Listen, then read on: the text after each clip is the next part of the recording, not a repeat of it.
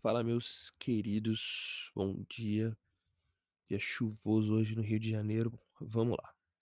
Eh, Algumas considerações iniciais. A primeira, eu vou pedir para vocês me darem um feedback da qualidade do áudio, né?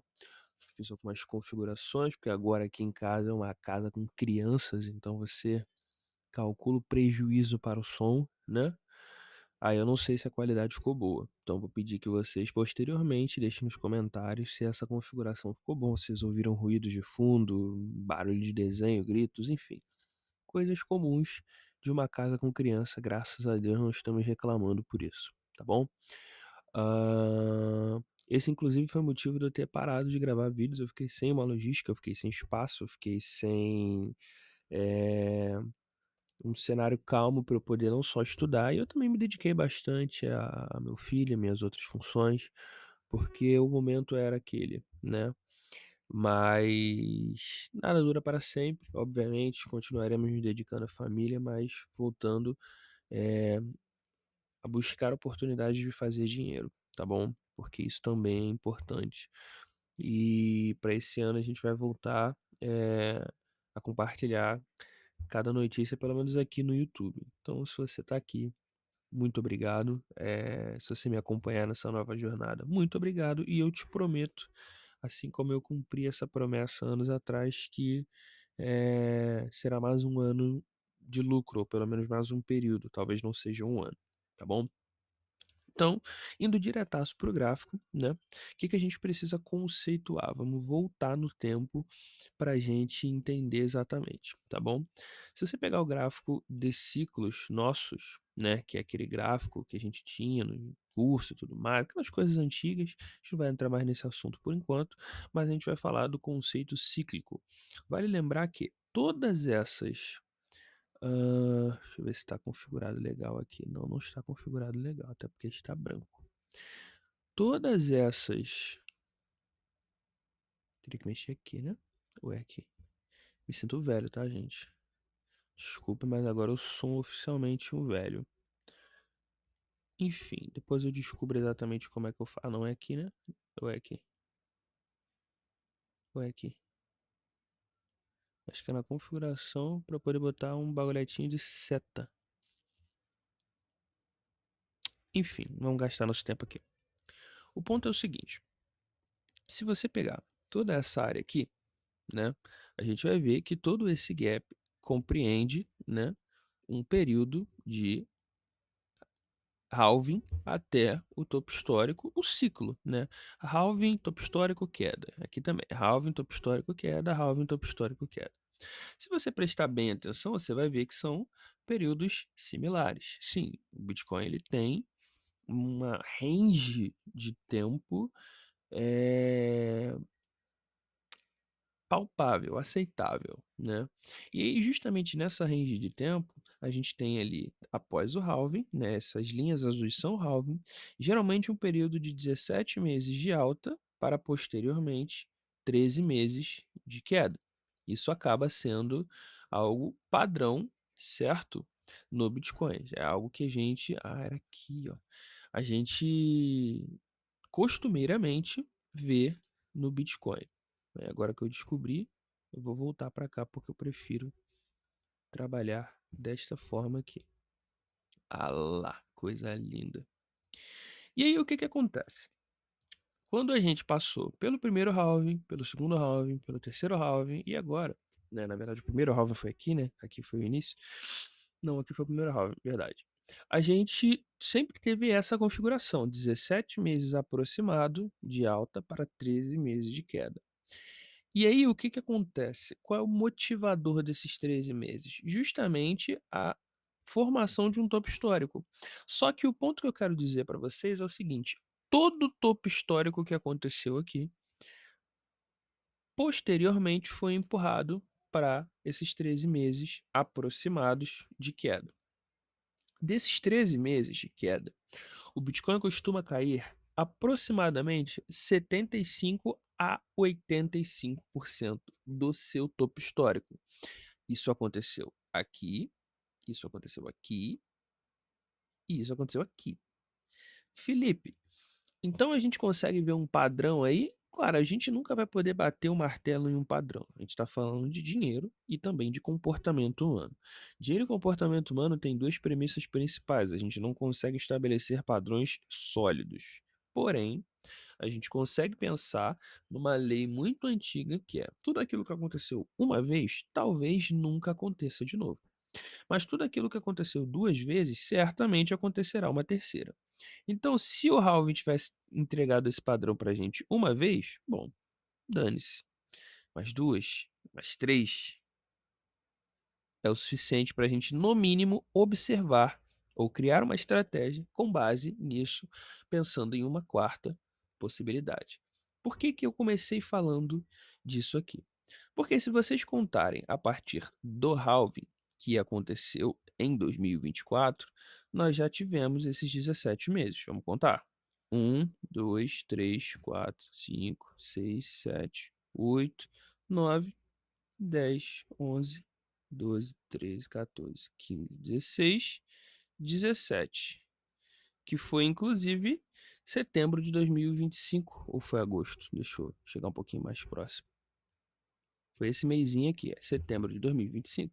Felipe, mas o topo histórico não foi em setembro, o topo histórico foi em agosto. Bom, foi o que eu falei, aproximado.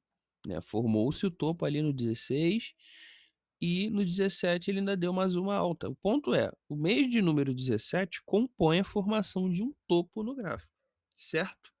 A partir daqui a gente consegue esperar 13 meses de queda dentro do processo cíclico, beleza? Então, 1, 2, 3, 4, 5, 6, 7, 8, 9, 10, 11, 12, 13.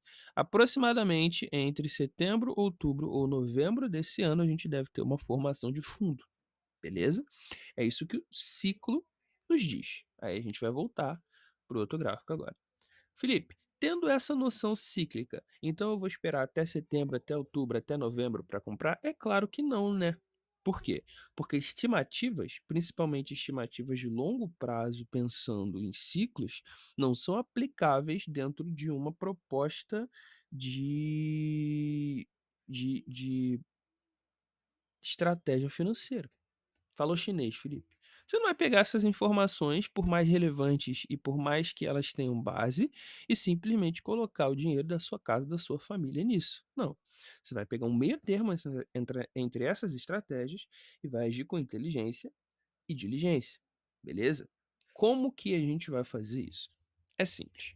A partir do momento que a gente tem uma noção de que a partir do topo histórico o Bitcoin pode cair no mínimo 75%, a gente espera que a zona de US$ 30.000 seja novamente retestada.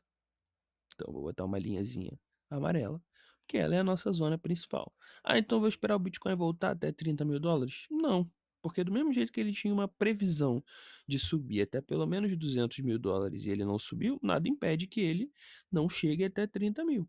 Por quê? O último ciclo, o Bitcoin diminuiu a quantidade de queda. Ele caiu 80 e poucos por cento os últimos dois halves, mas o halve passado ele caiu 77, se não me engano. Não chegou a fazer os 80% de queda. Então a gente não vai esperar isso. A gente não é bobo. Mas a gente vai estabelecer zonas chave, onde o preço vai estar descontado, e nessas zonas chaves a gente vai adquirir. Aonde vai estar o peso? Aqui.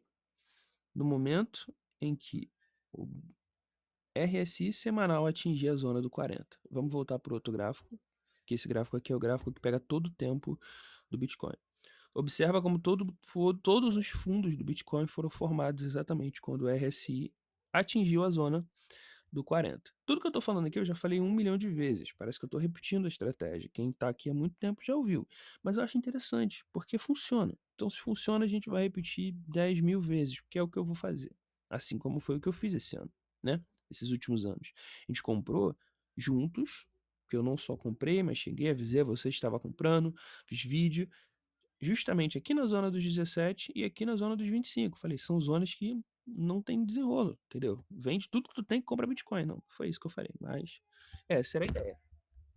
Meu Deus, meu microfone caiu, perdão.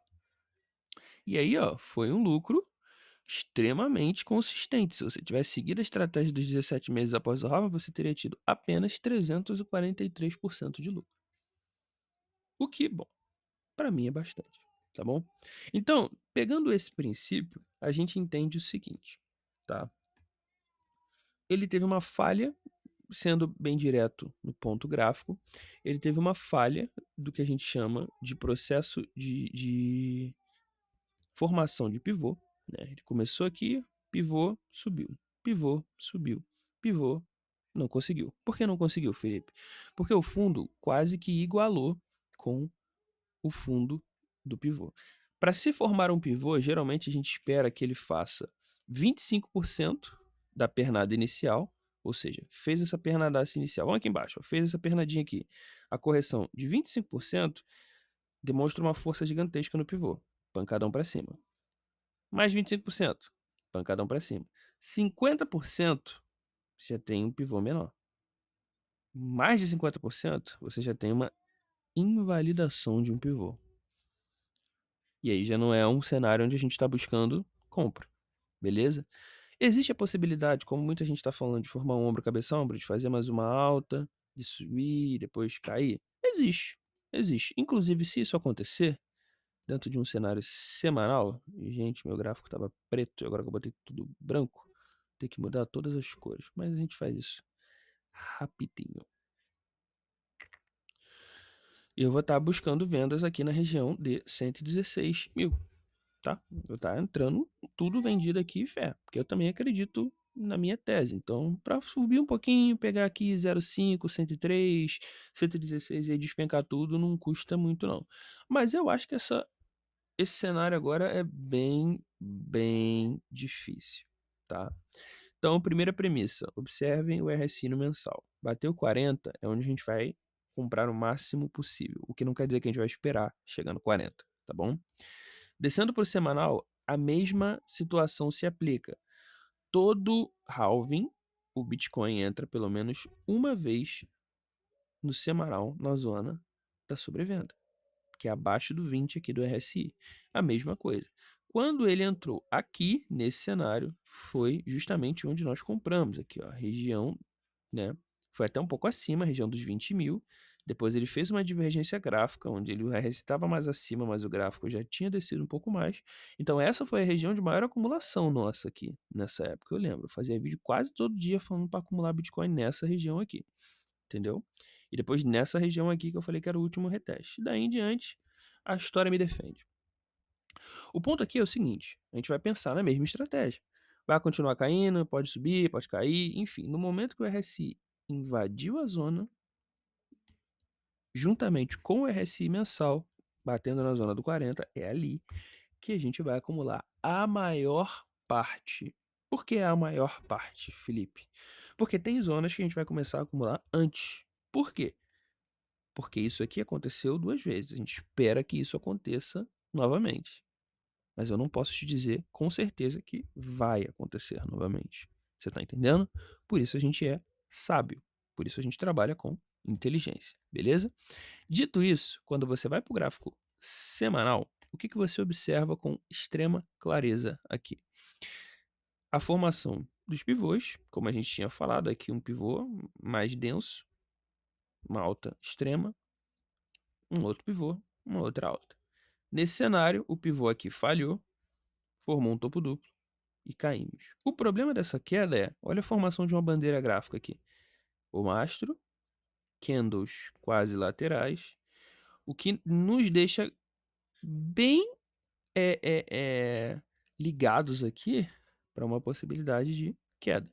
Você já estudou comigo, mas vale a pena relembrar como é que se funciona o pivô não, a bandeira. Você pega do topo até o fundo da formação, projeta para baixo, certo? A partir de uma eventual formação de topo, a gente teria o gráfico caindo próximo à região dos 50 mil dólares por unidade. Essa é a primeira zona chave que eu quero acumular Bitcoin. Por que 50 mil dólares ou próximo dele? Porque preços redondos, 50, 100, são preços que trazem um conforto e ao mesmo tempo uma pressão psicológica. Lembra que a gente está tentando analisar o comportamento de pessoas financeiramente falando através do gráfico. É isso que é a análise técnica. Então, quando chegar em 50.000, vai ter defesa. E aí eu não posso te dizer que essa defesa vai ter força o suficiente para segurar o gráfico, ciclicamente falando, não vai ter. Porém, é 50.000. É uma zona onde o gráfico tem sim ampla força. Então, primeira zona onde eu quero começar a acumular Bitcoin é a região dos US$ 50.000. Inclusive próximo ao fundo aqui anterior, né? Que foi o último fundo onde formou de fato eh, uma congestão gráfica antes do topo histórico. Então a gente tem aqui a base, 54.000 ali, como sendo um último topo, um último fundo do Bitcoin formado, e a explosão para cima, tá bom? O que, que vai confirmar? Não, depois eu chego nesse ponto. Então, 50.000 é o primeiro cenário onde a gente quer acumular Bitcoin. Lembre-se disso. Qual é o segundo cenário? O outro fundo, região 2, 40.000. Pela mesma lógica anterior, certo? Número redondo também já teve suporte gráfico ali, ó, desde aqui de trás. Essa região é uma região de ampla briga entre compradores e vendedores, e por isso são as regiões que eu quero começar a acumular Bitcoin. E na eventual entrada na zona de sobrevenda do Bitcoin, aí é onde eu vou entrar com o peso do meu capital. Então, se eu vou dividir todo o meu capital ali em 3 janelas de aporte, eu diria que 50% dele vai estar aqui próximo à região dos 30. Mas os outros 50 eu vou dividir em outras duas partes iguais, de 25%, para poder colocar um pouquinho em 50 e um pouquinho em 40, certo? Esse é o ponto. O que for acontecendo de gráfico, o que for acontecendo de mudança, a gente vai analisando ponto a ponto. O que eu quero deixar bem claro é o seguinte: o Trump, a situação aí que teve, toda a queda do Bitcoin é causada por um fator cíclico externo. Não se deixem enganar. Quando foi essa queda de 2020, se não me engano, foi porque a China estava proibindo o Bitcoin. Não, minto, acho que 2020 foi da guerra da Ucrânia. Aqui foi da guerra da Ucrânia, se não me engano. Mais para trás foi da China. Então lá para 2018, 2019 foi guerra da China. Guerra da China não, foi a China banindo o Bitcoin. Aí depois foi Ucrânia e Rússia e agora Trump. Esses são apenas fatores.